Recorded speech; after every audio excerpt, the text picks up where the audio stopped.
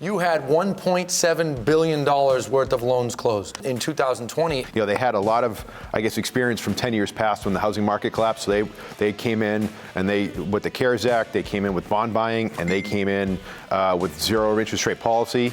And they knew what they wanted to do, they knew what they wanted to accomplish, and they created a great stimulus for a lot of home buyers out there, and they kept the housing market strong. And now, when you talk about refinances, I mean, let's take a look at that graph, that line graph or bar graph of how many refinances there were in 2020. Rates had already kind of started coming down. You know, the mortgage business did $4 trillion in loans last year. It's the biggest year ever, right?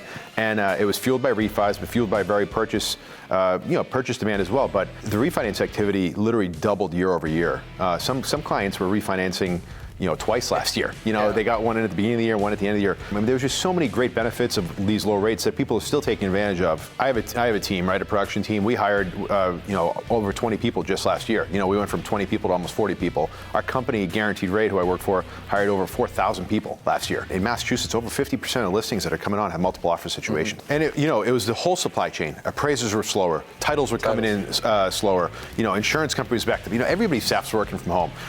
Registries were closed. But I was so proud of the real estate industry last year in terms of like people just coming together, figuring out a way to do business in the new normal. To kind of give it in context, guys, we forget that rates were at almost 5% going back in 2018, but rates have actually come down faster than prices have gone up, making affordability better for our clients. It's really important for our clients to be prepared with their budgets regarding monthly payments, down payments, closing costs, because it makes them more prepared and ready to act, right? But their buying power has actually significantly increased this year.